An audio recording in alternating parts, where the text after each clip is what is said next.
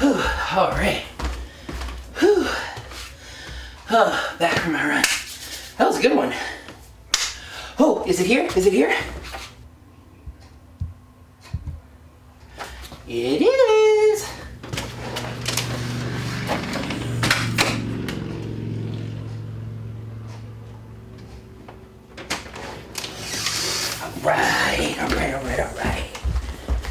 All right, it's back. Man, that AppleCare service is quick. Still don't know where that lightning came from, though. Oh well.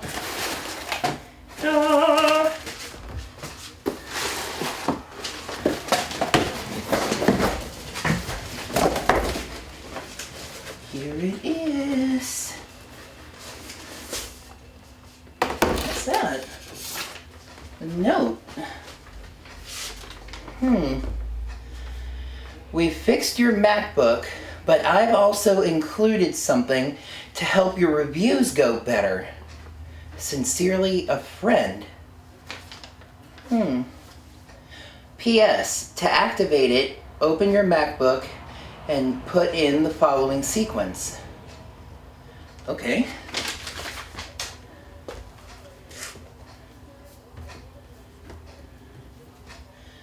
S34N, enter.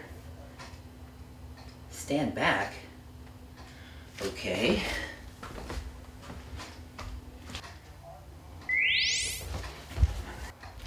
Whoa. Who are you? Identification requested. Accessing. Unit ID S34N. Okay, and what Oh, S34N. That's cute. I see what you did there. Anyway, what are you doing here? Mission requested. Accessing. The mission of this unit is to assist the human known as Sean in the production of Power Rangers Super Megaforce episode reviews. Oh, well, that's nice. What are some of the things you can do? This unit is able to assemble screen caps, assist in writing, and substitute as host when needed. Substitute as host? Really? Hey Kaizoku, that's one thing you can't do. Calm down, buddy. We're all one big reviewing family. S34N, are you ready to stand in today? I'm actually feeling a little worn out after my run. Has a script for this episode been prepared? In fact, I just finished it before I went out, and looks like the automatic data transfer is complete, so it's right there on the MacBook. Upload it to my mainframe. Sure thing. Excuse me, back up a little bit. Thank you. Initiate the upload.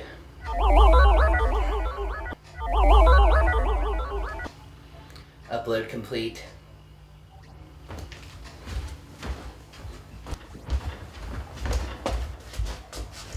Shall the unit host the episode in this fashion, or should it activate host emulation protocol? Ooh, yeah, go with that. Definitely that. Understood.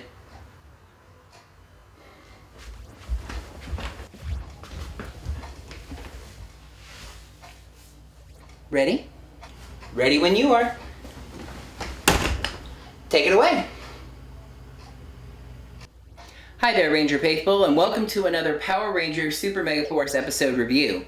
Today's episode will satisfy both fans of beautiful lawns and country music as we review episode 13, The Grass is Always Greener or Bluer. Noah is designing a new blaster in the high school computer lab. But I'm sure that's not dangerous. It's not like anybody could walk in, or there are usage tracking programs he has to worry about. I'm sure it's fine. Proving the former point, Jake pops in, looking for a place to hide. He promised Emma he'd go with her to the Butterfly Museum, but now he regrets it. Yeah, being a good friend is tough, dude. That sucks. Noah basically tells him to get lost and to go ask Orion, but Jake says that Orion is busy working. When an episode starts out telling us where Orion is, that doesn't bode well. It turns out the computer lab was a bad place to hide because Emma finds him and drags him off. He's loaded down with her photography gear, and one wonders how necessary it is when she's just snapping pictures as she's walking anyway. They hear a scream and Emma takes off running, doing her ghost morph run into Megaforce, and Jake does the same thing. What if it was just a robber, or even worse, some idiot scaring a friend? Maybe you should see what's happening before morphing? A monster, whose name is revealed nearly 3/4 of the way through the episode to be Transfer, a normal name with a weird spelling, is attacking an ambassador with plans to transfer him with a bruiser and to infiltrate the government. Emma and Jake show up, throw about 2 punches each, and then power up to super. Though interestingly, this time they remove the Force and just say Super Mega Pink and Super Mega Green. The other Rangers, save Orion, show up and Jake and Noah team up to take on Trancy. This is original footage and I'll explain why in a minute. Trancy switches Jake and Noah's spirits and then takes off. Jake and Noah are demorphed by Force and we see Emma and Gia demorphing and it seems different. I'm not sure how. Maybe more colorful? This is a really shallow observation, but Gia's eyeshadow looks really good here. Back at the school, we get a scene that makes it clear that the two of them are now switched. Noah is dressed up in sports gear and carrying a soccer ball, and Jake is all dressed up, apparently the best thing he could find in the closet. But here's a little bugaboo. Jake's body is wearing the glasses, not Noah. Now, I realize that the glasses are a sort of facial shorthand to indicate which character actually is Noah, but here's the thing. Needing glasses is a physical thing. It's Noah's eyes that need the glasses. So even if the two of them have switched bodies, Noah's body should still be wearing the glasses. Oh dear Lord, Mr. Burley's actually teaching something and not just giving a speech. He's teaching the class about astronomy, and of course Noah, in Jake's body, is getting all the right answers, confusing Mr. Burley. The two also have some trouble answering to each other's names, providing even more comedy. Oh, and when Mr. Burley asks the class how many planets there are, Jake, again with Noah inside, says 8. That is correct, but it's kind of funny that that issue was actually come back up in the news again the week this episode aired. Mr. Burley calls Noah into his office to check if he's okay. He didn't answer 2 questions on 1 day of class. This is a bit of an overreaction, don't you think? Watching at the door, Gia and Noah's spirit Jake's body talk. Gia says, "I thought there were 9 planets," which made me wonder why she didn't raise her hand if she had some sort of an idea. He says something about trans-Neptunian bodies, and apparently Gia finds intelligence sexy. And you know what? Yes, I mean sexy. Not cute, not attractive. This look that Gia gives Jake is not, I wish he'd ask me out for ice cream. The look is more something that probably shouldn't be described when we're talking about a show intended for children. Oh, hey, the Armada. Why do they always feel like an afterthought? Anyway, this actually was a really funny scene. Prince Vakar basically gives up on Transfer for failing because he didn't switch the ambassador, but decides to let Damaris decide what to do with him. Damaris and Levira decide to give the monster another chance since the Rangers are more vulnerable now. Somehow. Noah, in Jake, this is getting really tedious, is working on the new blaster and they decide to go test it. Basically, it has 2 key slots instead of 1. Gose and Tenso are unable to locate or contact Orion. The Rangers blow up a big boulder. Back on the Armada ship, Damaris and Levira decide that since the Rangers are so apparently somehow vulnerable, that they should send down a second commander. They send a monster who is so arrogant and so invincible that he needs no introduction. Literally. He is never named. I had to go and look up the name. And maybe the reason they never mentioned the name on air is because it's so silly. His name is Turtellini. The second Jake gets out the vital plot point that the blaster must be charged before being used again, Turtellini attacks. The Rangers try a super mega blast attack, but when Turtellini closes his arm shell, he's invincible. Jake decides to risk using the blaster again before it's fully recharged. By the way, it's a blink and you'll miss it shot, But the second green key that Jake uses is Midori Ranger from Go Ranger, the very first Super Sentai. It's a double whammy as the blast doesn't work and the blaster overloads and explodes. The Rangers use Legend Mode Alien Rangers to escape in a smoke cloud. Now, this doesn't make a lot of sense in their own context, but remember that they were based on Rangers that were ninjas, so it makes more sense that way. And in context, think of it like an Aquitar steam cloud or something. Back at the command cave, Jake says that he's going to make a stronger blaster because the team's going to make it together. What he means is that he's going to make a stronger blaster himself, and the team's going to take care of him while he does it. An alert interrupts that, though. It's Turtellini, and the 4 Rangers run off to fight him, with Jake saying he needs to do some final calibrations. The Rangers jump down from the sky ship. Not sure why, but okay. They then transform into Jungle Fury. Now, in the Gokaiger episode, this was because they had given the Green Ranger their blasters in order to help make the big blaster. Here in Super Megaforce, it's for funsies.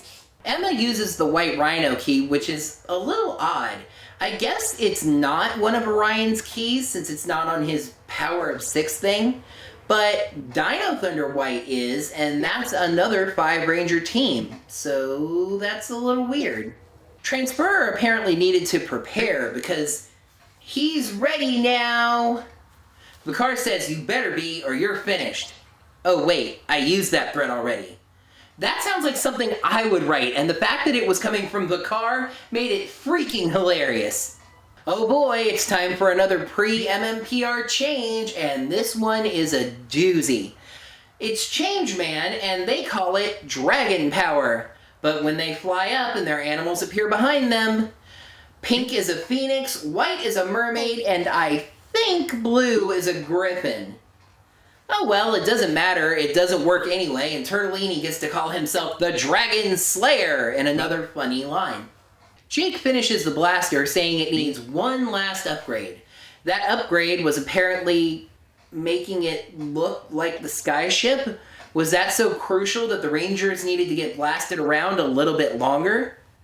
The Rangers power up the blaster by inserting their Ranger keys, the same keys that Jake apparently tested it with. Anyway, it's that blast that finally cracks Turtellini's shell. The Armada skips making him grow since they've still got Transferer on the scene. He decides to attack another conference and, hey, it's the shot of Troy jumping out of the sky ship from the intro. And 24 minutes into the episode, we finally found Orion. The Rangers shoot the monsters who fade through the wall to outside. The next battle shows us Jake and Gia taking the lead a lot. Why? The same reason that the Jake and Noah footage from earlier in the episode was original, and the same reason we get more of that footage following this section. The Gokaiger episode features a swap between the green and yellow Rangers. The producers decided to kill 2 birds with 1 stone, avoiding an awkward gender swap, and also explaining why in the footage the Green Ranger invents the blaster when they've established the Blue Ranger to be the tech nerd. Jake and Noah use a Super Mega Saber Blast to finish off Transferer, and I think this is an honest-to-goodness original finisher shot. Destroying Transferer swaps them back, of course, and then they grow the monster, call the Zords, Ghost Day tells the Rangers that they have unlocked the Ninja Storm powers. What? This is worse than last week. They didn't do anything to unlock Dino Thunder, but at least they used their powers. This is more like achievement. Unlocked Legendary Ninja Megazord. Finished level 5. Using the Ninja Storm power summons out the Ninja Zord.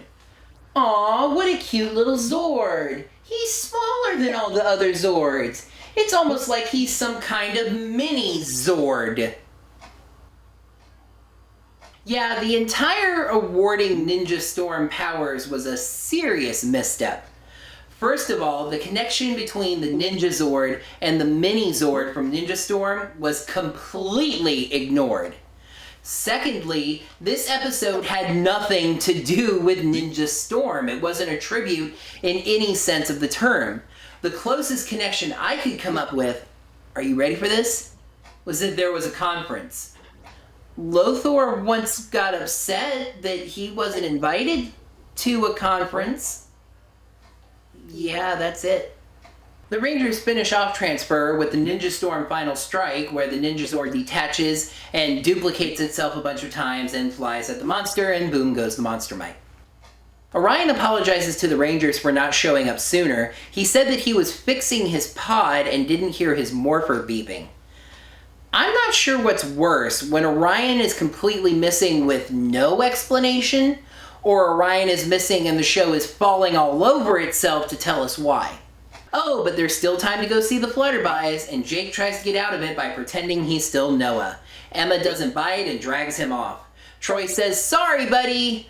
Yeah, you still have to be a good friend and live up to your obligations. Your life sucks." This episode was a mess from its long title on down. It meshes two different episodes of Gokaiger, and for a good reason, to explain Green inventing the cannon. But it jumps back and forth between the two episodes. We lose Orion until the very last second, and it ends on one of the worst introductions of a legendary Zord ever.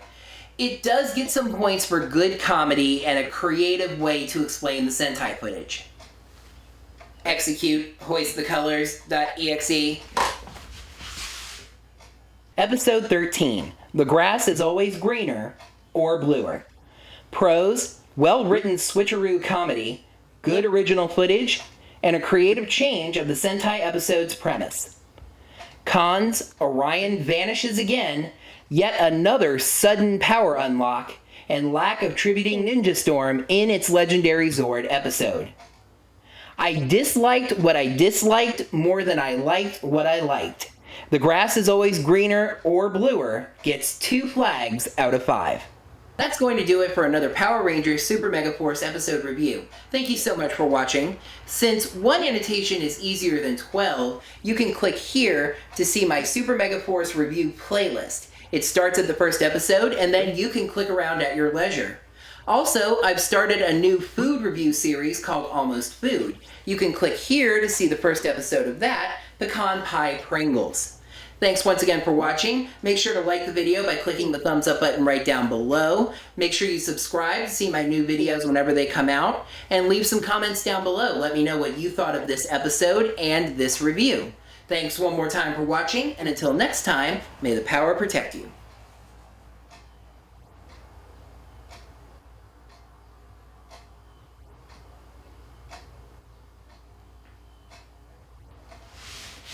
Review complete. Was that satisfactory? It certainly was. That was great work. Listen, I need to go make dinner. Are you gonna be okay right there? Affirmative. This unit will sit and recharge. All right, let's go, kitty. You want some of the chicken?